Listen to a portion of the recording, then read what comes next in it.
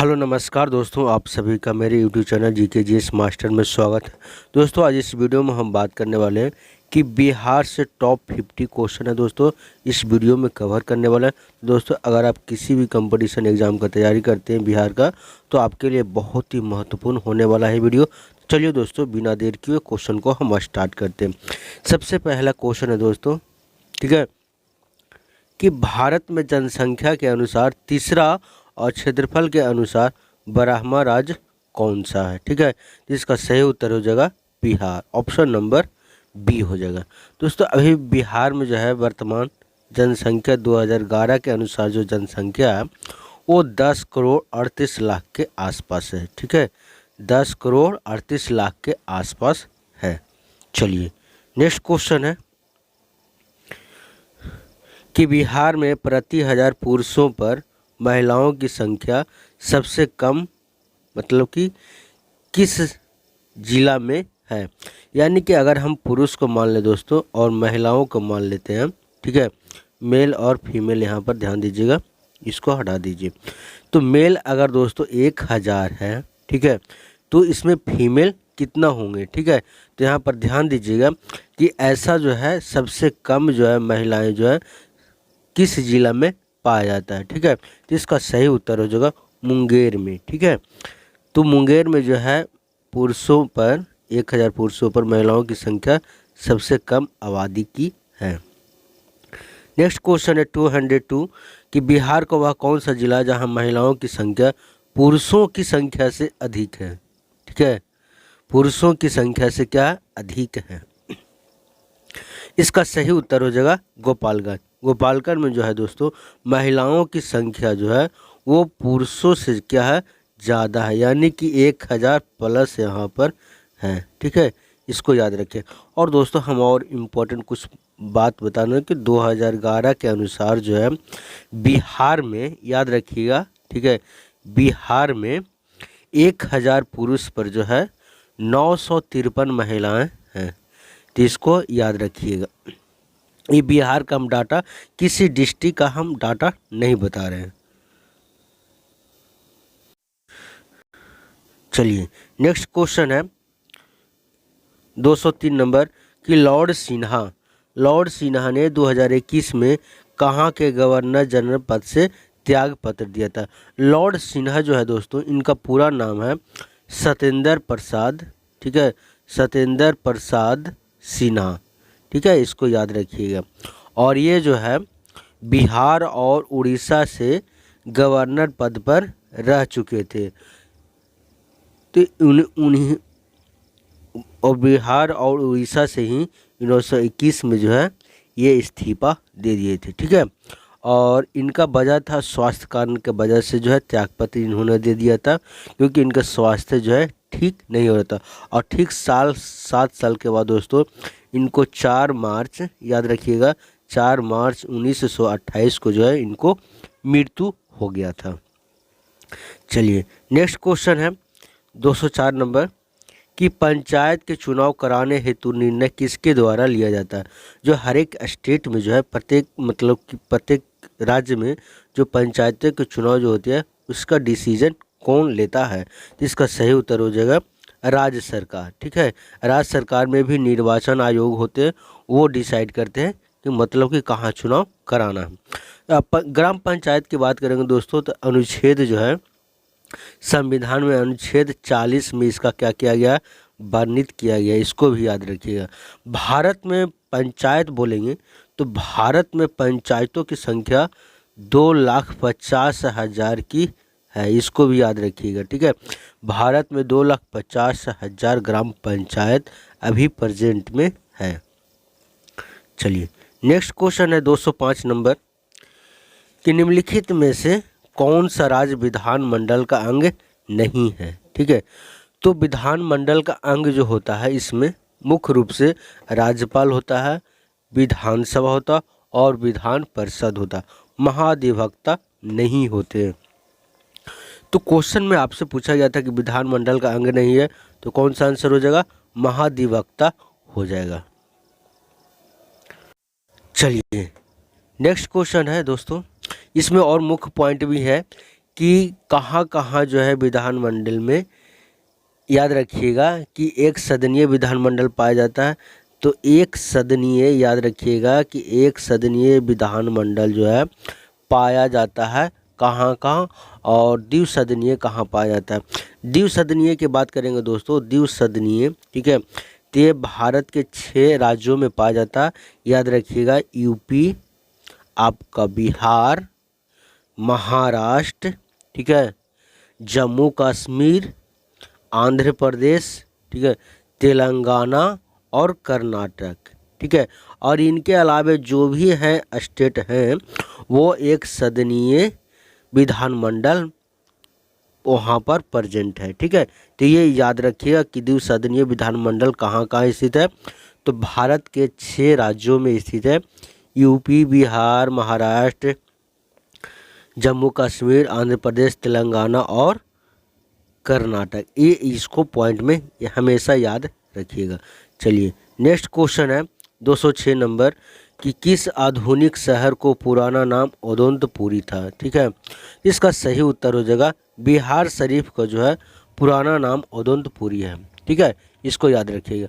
और इसका जो शताब्दी जो कहा जाता है कि 7वीं शताब्दी में, ठीक है, 7वीं शताब्दी में पाल वंश का एक शासक थे। कौन सा थे? पाल वंश के शासक थे। कौन? गोपाल, जिन्होंने जो है बौद्ध मठ का निर्माण किया था बिहार शरीफ में। बौद्ध मठ का जो है क्या किया था? स्थापना किया था पाल वंश के शासक गोपाल ने, ठीक है। और उनका बिहार शरीफ का पुराना नाम उदंतपुरी भी है, ठीक है। और इन्होंने बौद्ध मठ की स्थापना तो की, लेकिन बिहार शरीफ को अपना राजधानी भी बनाया था गोपाल ने, इसको भी याद रखिएगा। चलिए नेक्स्ट क्वेश्चन है 207 नंबर, कि इंडिका का लेखक कौन है, ठीक है। इंडिका का लेखक कौन है? इसका सही उत्तर हो जाएगा मेगास्थनीज। मेगास्थनीज ने कौन था दोस्तों? इसको याद रखिएगा कि मेगास्थनीज जो था वो ग्रीक राजदूत था। क्या था? ग्रीक देश का राजदूत था। इन्होंने मौर्य कालीन समकालीन में, जो मौर्य काल का जो शासन चलता था उस समय जो बहुत सारे पुस्तकों का वर्णन किया था, जिसमें मुख्य रूप से जो है इंडिका पुस्तक था, ठीक है। इंडिका में जो है इन्होंने भारत के समाज के बारे में क्या किया था? वर्णित किया गया था। भारत के समाज के बारे में, नगरों के बारे में और भूगोल के बारे में जो है वर्णन किया था मेगास्थनीज ने, ठीक है। और यह जो है 300 ईसा पूर्व किया था, इसको भी याद रखिएगा। और इसमें मुख्य पॉइंट है कि मेगास्थनीज का जो पुस्तक है इंडिका, ठीक है, इसका जो है अंग्रेजी में अनुवाद जो किसने किया था?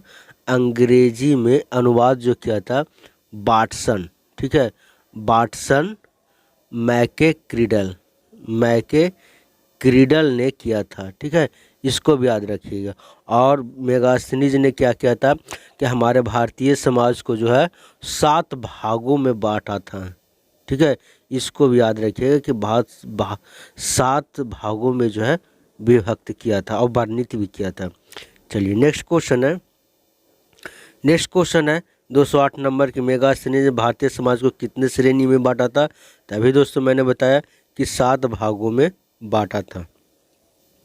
चलिए नेक्स्ट क्वेश्चन है 209 नंबर, कि नालंदा विश्वविद्यालय की स्थापना का युग क्या था? नालंदा विश्वविद्यालय की स्थापना गुप्त वंश के शासनकाल में हुआ था, ठीक है। इसमें जो है मुख्य रूप से नालंदा विश्वविद्यालय में, ठीक है, बौद्ध और गैर बौद्ध, ठीक है, बौद्ध और गैर बौद्ध, ठीक है, दोनों के इसमें जो है समर्थन प्राप्त था, ठीक है। इसको भी याद रखिएगा कि बौद्ध भी जा सकते थे और गैर बौद्ध भी इनको समर्थन प्राप्त था। इसकी स्थापना की बात करेंगे दोस्तों, ठीक है। इसका स्थापना जो है कुमार गुप्त ने किया था। किसने किया था? कुमार गुप्त ने किया था, जो गुप्त वंश का शासक था। और ये कुमार गुप्त कौन था? तो चंद्रगुप्त का उत्तराधिकारी था। किसका था? चंद्रगुप्त का उत्तराधिकारी कुमार गुप्त थे। हमेशा याद रखिएगा कि नालंदा विश्वविद्यालय का स्थापना कुमार गुप्त ने किया था, ठीक है। लेकिन दोस्तों एक और यहाँ से इम्पोर्टेंट क्वेश्चन पूछा जाता है कि नालंदा विश्वविद्यालय का जो है,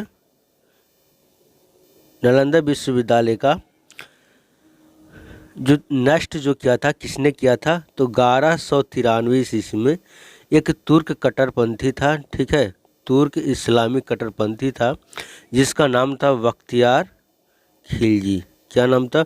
बख्तियार खिलजी, जिन्होंने जो है नालंदा विश्वविद्यालय का नष्ट किया था। तो इसको भी याद रखिएगा। और 1193 ईस्वी में एक और होता है दोस्तों, इसमें इम्पोर्टेंट क्वेश्चन है कि विश्व का सबसे प्रथम विश्वविद्यालय कौन सा था। ठीक है, बहुत इंपॉर्टेंट क्वेश्चन है, आप इसको भी याद रख सकते हैं कि विश्व का सबसे प्रथम विश्वविद्यालय जो था तक्षशिला था। कौन सा था? तक्षशिला यूनिवर्सिटी को बनाया गया था, पहला यूनिवर्सिटी था वर्ल्ड का, इसको भी याद रखिएगा। चलिए नेक्स्ट क्वेश्चन है 210 नंबर कि विक्रमशिला शिक्षा केंद्र के संस्थापक कौन थे। ठीक है, तो विक्रमशिला शिक्षा संस्थापक जो थे पाल राजा थे। कौन थे? पाल राजा नरेश धर्मपाल ने किया था। पाल के राजा जो थे नरेश धर्मपाल ने विक्रमशिला शिक्षा केंद्र की स्थापना किया था, इसको याद रखिए। और विक्रमशिला शिक्षा अभिकेंद्र जो है बिहार के, याद रखिएगा कि बिहार के भागलपुर जिले में स्थित है। कहाँ? भागलपुर जिले में स्थित है। नरेश धर्मपाल कौन थे? तो एक बौद्ध शासक थे। ठीक है, इसको भी याद रखिएगा। चलिए नेक्स्ट क्वेश्चन 211 नंबर कि बिहार में लगनी राग किस अवसर पर गाया जाता है। तो बिहार में लगनी राग जो है अंतिम संस्कार के समय जो है गाया जाता है। जब किसी व्यक्ति की मृत्यु हो जाती है तो उसका अंतिम संस्कार किया जाता है, उस समय जो है लगनी राग गाया जाता है। ये बहुत ही इम्पोर्टेंट क्वेश्चन है, इसको भी हमेशा याद रखिएगा। चलिए नेक्स्ट क्वेश्चन है कि प्रख्यात कवि विद्यापति कहाँ के निवासी थे। तो प्रख्यात विद्यापति जो है वो मिथिला के रहने वाले थे, मधुबनी डिस्ट्रिक्ट का। ठीक है, मधुबनी डिस्ट्रिक्ट के रहने वाली थी विद्यापति। ठीक है, और ये इनको जो है विद्यापति को बंगाली साहित्य का जनक भी कहा जाता है। ठीक है, बंगाली साहित्य का जनक भी कहा जाता है। ये भी बहुत इम्पोर्टेंट क्वेश्चन है, तो इसको भी याद रखिएगा। और विद्यापति जो थे एक ब्राह्मण परिवार में इनका जन्म हुआ था, ब्राह्मण परिवार में इनको जन्म हुआ था। इनकी रचना एक थी फॉग राग। ठीक है, फॉग राग, ये भी कभी कभी बीपीएससी में पूछ दिया जाता क्वेश्चन कि फॉग राग के लेखक कौन थे, तो विद्यापति थे, इसको भी याद रखना है। चलिए नेक्स्ट क्वेश्चन है 224 कि बिहार में फॉग राग गीतों की रचना किसने की थी। तभी मैंने बताया कि कवि विद्यापति ने किए थे। ठीक है, इसकी रचना किए थे। चलिए नेक्स्ट क्वेश्चन है 226 नंबर कि बिहार में मुख्यतः मिथिला और दरभंगा जिलों में लगनी राग किस समय गाया जाता है। तो लगनी राग जो है अंतिम संस्कार के दौरान गाया जाता है। रिपीट क्वेश्चन है दोस्तों, याद रखिएगा। और ये कौन सा डिस्ट्रिक्ट में होता है, तो मिथिला में और दरभंगा जिलों में और आसपास के जिलों में भी लगनी राग गाया जाता है। चलिए नेक्स्ट क्वेश्चन है 227 नंबर कि बिहार में पहले जनशताब्दी एक्सप्रेस रेल का शुभारंभ कब हुआ था। तो बिहार में जनशताब्दी एक्सप्रेस का उद्घाटन जो हुआ था, चलाया गया था। ठीक है, इसका सही उत्तर हो जाएगा 19 जून 2002 से जो है इसको प्रारंभ किया गया था। चलिए नेक्स्ट क्वेश्चन है, ये सब याद करने वाली है दोस्तों। नेक्स्ट क्वेश्चन है कि बिहार राज्य के किस जिले को साक्षरता में उत्कृष्ट होने पर सत्येन मित्रा साक्षरता पुरस्कार के लिए चुना गया था। इसका सही उत्तर हो जाएगा दोस्तों, याद रखिएगा हमेशा, मुजफ्फरपुर डिस्ट्रिक्ट को जो है चुना गया था। चलिए नेक्स्ट क्वेश्चन है 229 नंबर कि बिहार में जयप्रकाश नारायण अखिल भारतीय आयुर्वेद संस्थान किस शहर में स्थित है। तो इसका सही आंसर हो जाएगा कि बिहार में जयप्रकाश नगर अखिल भारतीय आयुर्वेदिक संस्थान जो स्थित है ये पटना डिस्ट्रिक्ट में स्थित है। थोड़ा सा जान लीजिए जयप्रकाश नारायण का पूरा नाम क्या था, लोकनायक जयप्रकाश नारायण। ठीक है, लोकनायक जयप्रकाश नारायण, जिनका जन्म जो है 11 अक्टूबर को, याद रखिएगा, 1902 ईस्वी में बलिया जिला में हुआ था। इसको भी याद रखिएगा, बलिया जिला में हुआ था। और इन्होंने जो है 1970 ईस्वी में इंदिरा गांधी के विपक्ष के रूप में जो है विरोध भी किए थे। इसको भी याद रखिएगा, बहुत इम्पोर्टेंट क्वेश्चन है। ठीक है, चलिए नेक्स्ट क्वेश्चन है 230 नंबर कि अशोक चक्र प्राप्त करने वाले बिहार का पहला व्यक्ति कौन है। चलिए, तो इसका सही उत्तर हो जाएगा रणधीर वर्मा। ठीक है, कौन हो जाएगा, रणधीर वर्मा जो है अशोक चक्र पाने वाले पहले बिहार के व्यक्ति थे। अशोक चक्र को जो है दोस्तों, इसको एक और नाम दिया जाता है, कीर्ति चक्र भी कहा जाता है। क्या कहा जाता है, कीर्ति चक्र भी क्या कहा जाता है। इसको जो है मेन रूप से बहादुरी, आत्म बलिदान और वीरता के लिए जो है यह पुरस्कार दिया जाता है भारत सरकार के द्वारा। ठीक है, चलिए अब हम बात करेंगे दोस्तों रणधीर वर्मा के बारे में, क्योंकि रणधीर वर्मा बहुत इम्पोर्टेंट है। तो रणधीर वर्मा जो है, इनका जन्म जो हुआ था सुपौल ज़िले में हुआ था। ठीक है, कहाँ हुआ था, सुपौल ज़िले में हुआ था। ठीक है, इनको भी याद रखिएगा, जगतपुर गांव नाम का था, जगतपुर नाम गांव का नाम था इनका, हमेशा याद रखिए क्योंकि बहुत इम्पोर्टेंट क्वेश्चन है। ठीक है, चलिए नेक्स्ट क्वेश्चन है 231 नंबर कि भगवान महावीर का देहावसान बिहार में कहाँ हुआ था। देहावसान का मतलब होता है दोस्तों मृत्यु। तो इनका मृत्यु जो हुआ था बिहार का पावापुरी में हुआ था। ठीक है, याद रखिएगा, बिहार का कहाँ हुआ था, पावापुरी। पावापुरी जो है राजगीर में स्थित है, जो 72 वर्ष की आयु में इनको 72 वर्ष की आयु में इनका मृत्यु हो गया था। भगवान महावीर का मूल नाम जो था वो वर्धमान था। ये भी पॉइंट याद रखिएगा कि मूल नाम क्या था, वर्धमान था। इनका जन्म जो हुआ था वैशाली में हुआ था। कहाँ हुआ था, वैशाली के कुंडग्राम जगह पर हुआ था। कहाँ हुआ था, कुंडग्राम जगहों पर इनका जन्म हुआ था।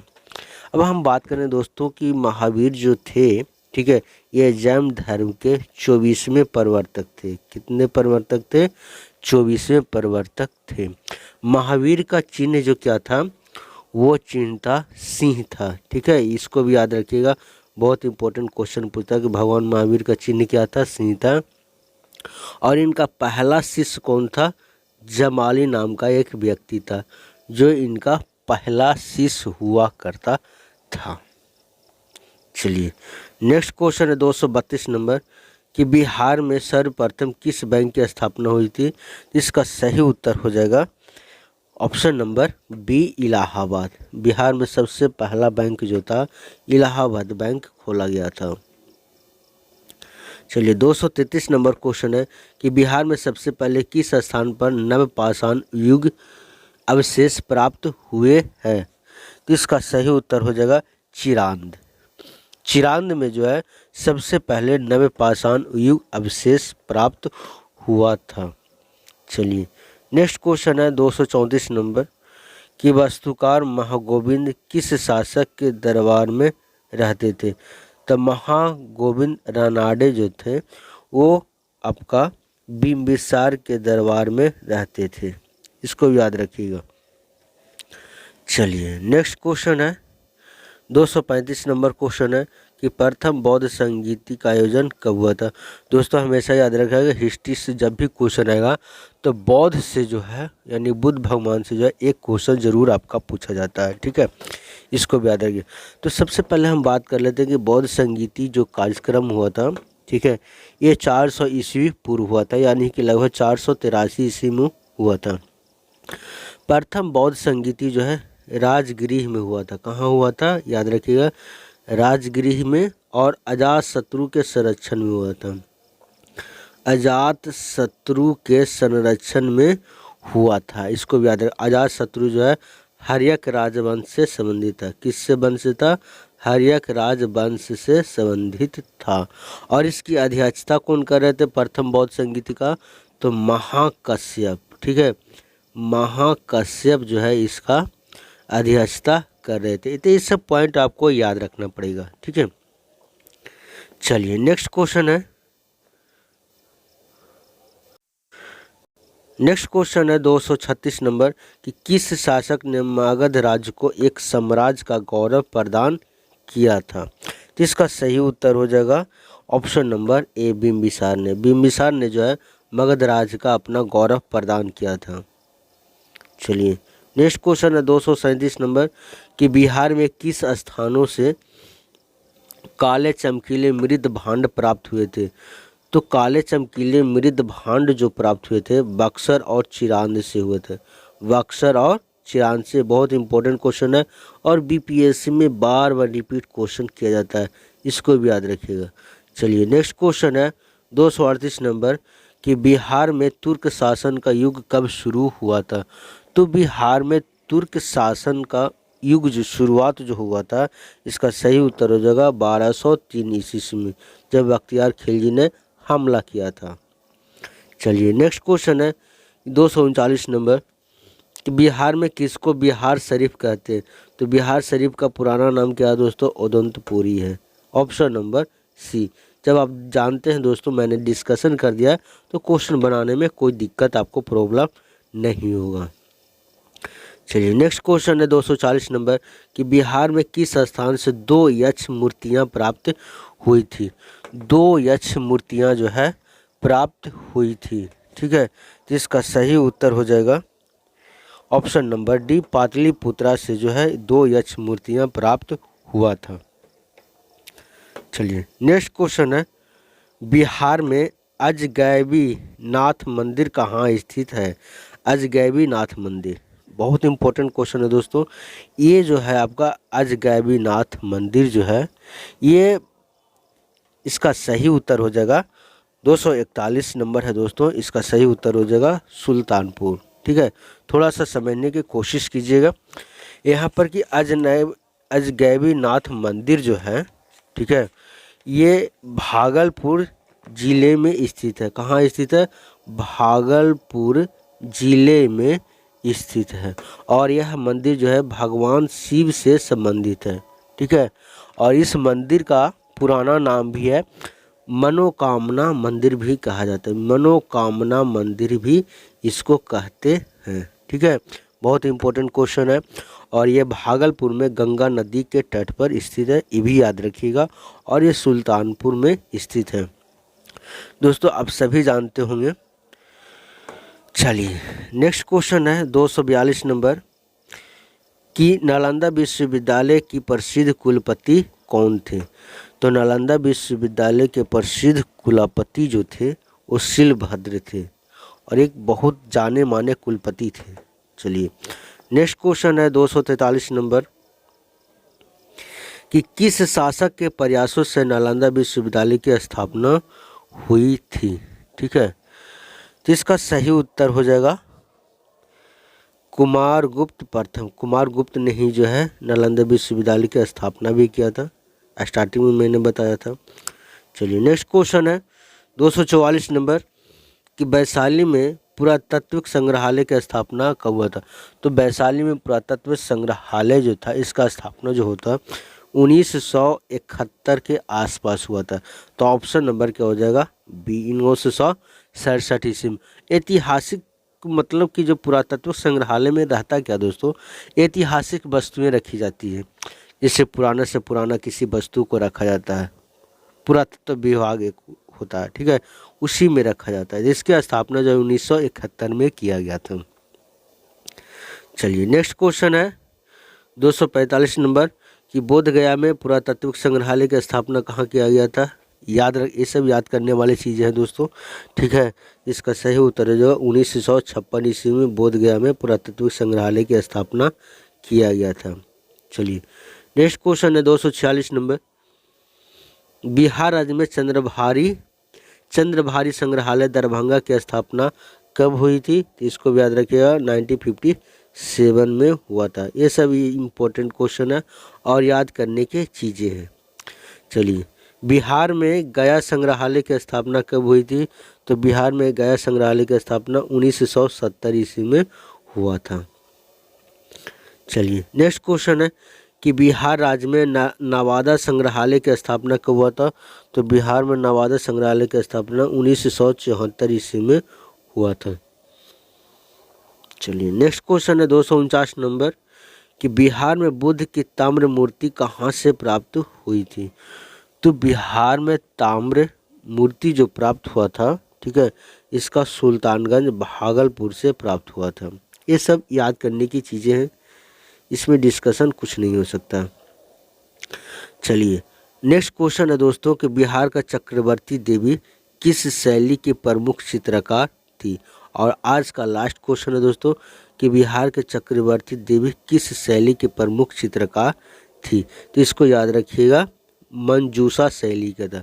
मंजूषा शैली क्या होता है, थोड़ा सा समझिएगा कि ये बिहार के, ठीक है, बिहार के भागलपुर जिले में का एक लोक कला, ठीक है, एक लोक कला है। मंजूषा शैली क्या है, एक लोक कला है और यह 7वीं शताब्दी में काफ़ी प्रचलन में था, ठीक है, 7वीं शताब्दी में काफ़ी क्या था, ये प्रचलन में था, ठीक है। और इसको जो है चक्रवर्ती को जो है एक पॉइंट और याद रखिएगा कि इसको पटचित्र भी कहा जाता है। क्या कहा जाता है, पटचित्र के नाम से भी जाना जाता है चक्रवर्ती देवी को, ठीक है। मंजूषा नाम का जो एक कहानी इसमें विस्तृत जो होता है मंजूषा शैली में, इसमें जो एक देवी को रूप में क्या किया जाता है, पूजा किया जाता है। भागलपुर में मनाया जाने वाला एक त्योहार भी है, ठीक है, चक्रवर्ती देवी का। तो ये सब पॉइंट जो है आप याद रख सकते हैं। आज हम बात करेंगे एक और दोस्तों, इसमें जो है मंजूषा शैली जो है आप सभी जानते होंगे कि ये अंग प्रदेश से भी संबंधित है। अंग प्रदेश संबंध जानते होंगे कि कर्ण के राजा कहाँ, कर्ण जो है कहाँ के राजा थे, तो अंग प्रदेश के थे, ठीक है। और अंग प्रदेश जो है अभी वर्तमान में जो है भागलपुर को ही कहा जाता है, ठीक है। तो ये एक प्राचीन लोक कला है मंजूषा शैली, ठीक है। तो दोस्तों आज के लिए इतना ही। अगर दोस्तों मैंने इसमें जो है लगभग 50 क्वेश्चन जो है डिस्कशन कर दिया है। तो दोस्तों अगर वीडियो अगर अच्छी लगी हो, अगर आप तैयारी करते हैं दोस्तों अच्छे से, तो आप चैनल को ज़रूर सब्सक्राइब कर लीजिएगा और बेल आइकन को भी ऑन कर लीजिएगा ताकि नए वीडियो का नोटिफिकेशन जो है आप तक सबसे पहले मिल सके। दोस्तों आज के लिए इतना ही।